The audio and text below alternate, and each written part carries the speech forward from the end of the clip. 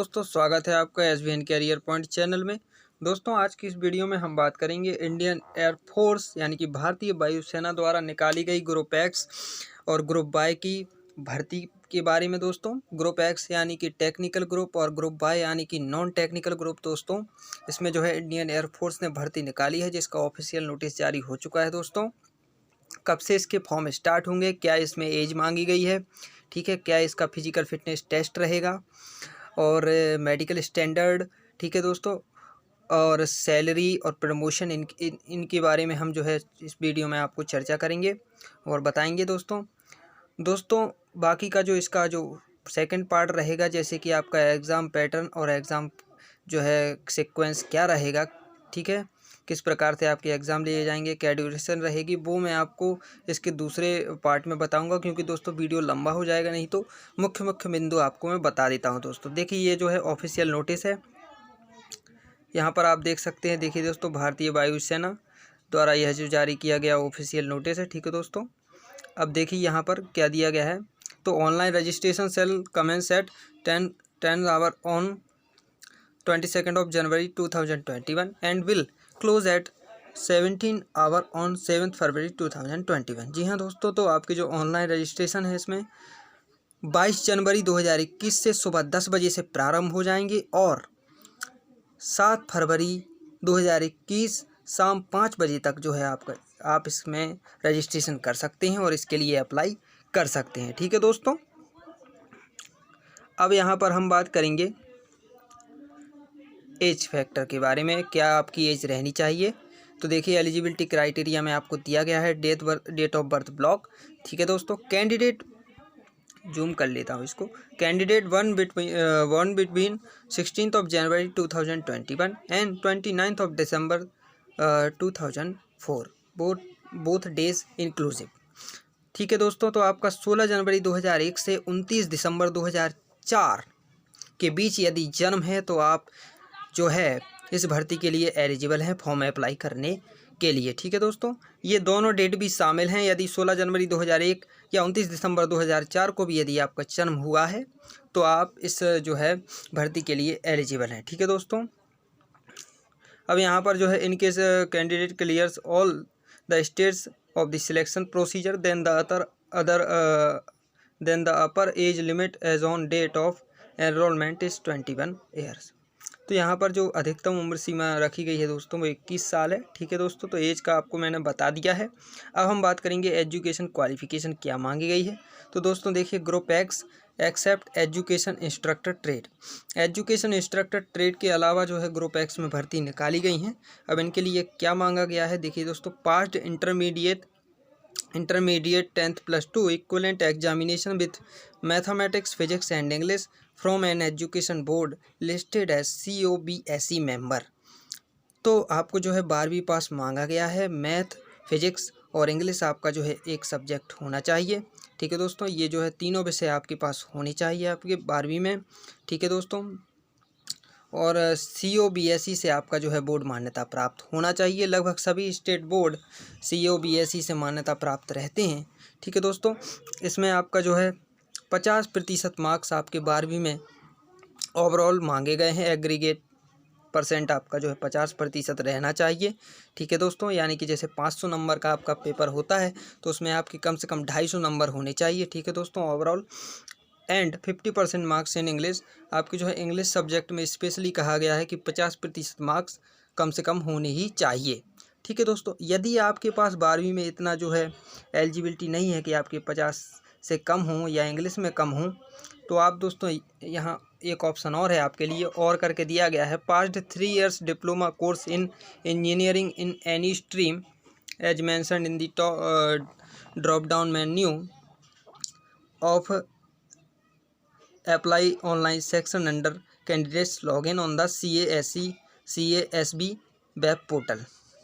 तो देखिए दोस्तों, इसके अलावा जो है आपके पास यदि इंजीनियरिंग डिप्लोमा है, the candidate should have completed the course from a government recognised polytechnic institute with 50% marks in aggregate and 50% marks in English in diploma course. तो यहाँ पर दोस्तों आपको देखिए, यदि आपने पॉलीटेक्निक किया हुआ है और यदि उसमें आपके 50% मार्क्स हैं ओवरऑल, तो भी आप इस भर्ती के लिए एलिजिबल हैं। ठीक है दोस्तों। And 50% marks in English in diploma course, और इंग्लिश में भी यदि आपके 50% मार्क्स हैं तो आप जो है इसके लिए एलिजिबल हैं। अब दोस्तों यहाँ पर ब्रैकेट में दिया गया है, और in intermediate matriculation if English not a subject in diploma course. हाँ तो दोस्तों यदि जैसे आपका जो है डिप्लोमा कोर्स में यदि आपका इंग्लिश सब्जेक्ट नहीं है, ठीक है दोस्तों, तो यदि आपके 12वीं में इंग्लिश में 50% मार्क्स हैं या 10वीं में 50% मार्क्स हैं, तो भी आप जो है फॉर्म फिलअप कर सकते हैं। ठीक है ना दोस्तों। अब बात करेंगे ग्रुप बाय के लिए। तो group Y except IAF S and musician trade. Group Y में जो भर्ती निकाली गई है IAF एस और म्यूजिशियन ट्रेड को छोड़कर जो है ग्रुप बाय में यानी कि नॉन टेक्निकल ग्रुप में भर्ती निकाली गई है। अब इसके लिए जो है past intermediate 10th +2 equivalent examination in any stream subject. इसमें भी आपका जो है 12वीं पास मांगा गया है। आप किसी भी सब्जेक्ट से हों, आप जो है फॉर्म भर सकते हैं। State education board listed as COBSE member with minimum 50% marks in aggregate and 50% marks in English. इसमें भी आपका जो है ओवरऑल 12वीं में 50% मार्क्स और इंग्लिश में भी आपका जो है 50% मार्क्स मांगा गया है। ठीक है दोस्तों। और यानी कि या passed 2 years vocational course from education board listed as COBSE member with minimum 50% marks in aggregate and 50% marks in English in vocational course. यदि आपने कोई डिप्लोमा किया है जैसे पॉलीटेक्निक या ITI, तो यदि आपके इसमें 50% मार्क्स हैं ओवरऑल, तो भी आप जो है फॉर्म भर सकते हैं। और 50% मार्क्स आपके इंग्लिश में भी होने चाहिए वोकेशनल कोर्स में। यदि दोस्तों वोकेशनल कोर्स में आपका इंग्लिश सब्जेक्ट नहीं है, तो आपकी जो है 12वीं या 10वीं में यदि इंग्लिश में 50% मार्क्स हैं, तो भी आप जो है इसका फॉर्म फिलअप कर सकते हैं। ठीक है दोस्तों। अब हम बात करेंगे फिजिकल फिटनेस टेस्ट के बारे में।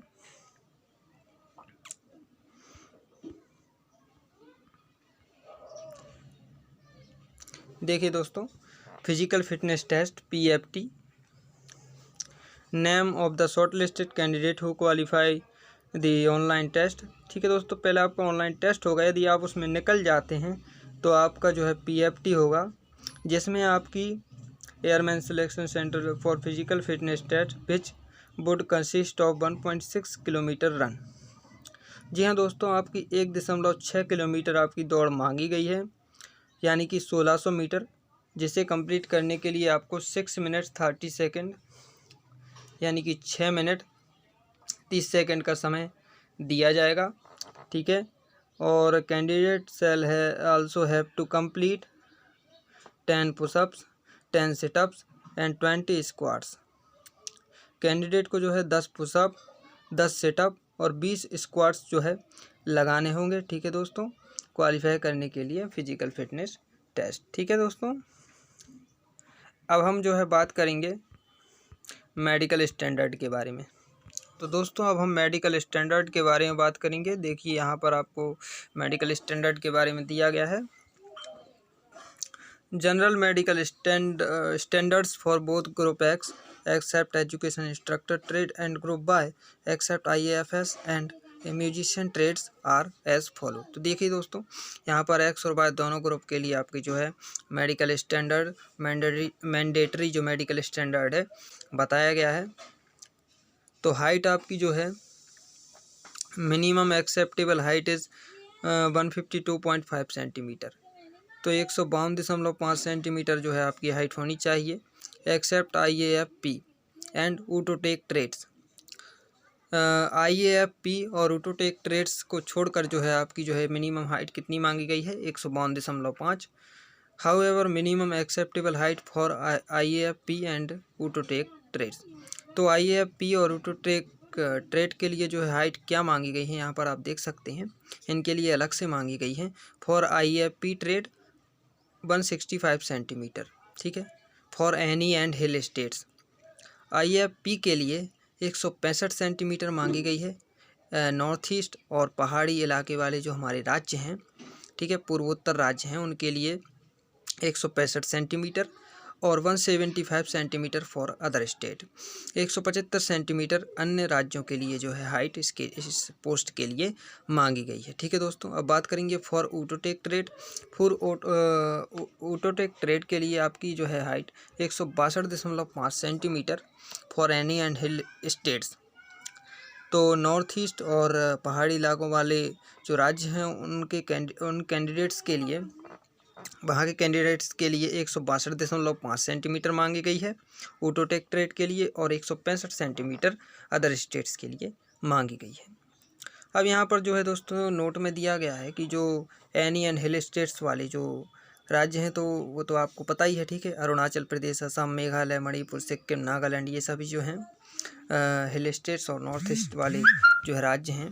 ठीक है दोस्तों, तो ये तो आप जानते हैं। अब हम चेस्ट के बारे में बात करेंगे। तो चेस्ट जो है minimum range of expansion 5 centimetre, 5 centimetre जो है आपको सीना फुलाना है। वेट के बारे में करेंगे बात अपन। देखो, proportionate to height and age, proportionate to height and age, यानी कि आपको जो है उम्र के हिसाब से आपका जो है उम्र और लंबाई के हिसाब से आपका जो है वजन मांगा गया है। However minimum weight of 55 kg required for operations assistant trades ATS। फिर भी दोस्तों आपका जो है यहाँ एक अलग से क्राइटेरिया दिया गया है। ऑपरेशन असिस्टेंट ट्रेड में यदि आप अप्लाई करते हैं तो उसके लिए आपको जो है 55 kg जो है वेट आपका मांगा गया है। अब यहाँ पर अदर जो है मेडिकल स्टैंडर्ड दिया गया है, तो इसके लिए दोस्तों मैं आपको डिस्क्रिप्शन में जो है इसका लिंक डाल दूंगा नोटिस का, तो आप इसको डाउनलोड कर सकते हैं। ठीक है दोस्तों, अब हम बात करेंगे सैलरी के बारे में। ठीक है, pay and allowance and require perquisites. ठीक है, अब देखिए दोस्तों, pay and allowance during training stipend of रेज 14,600।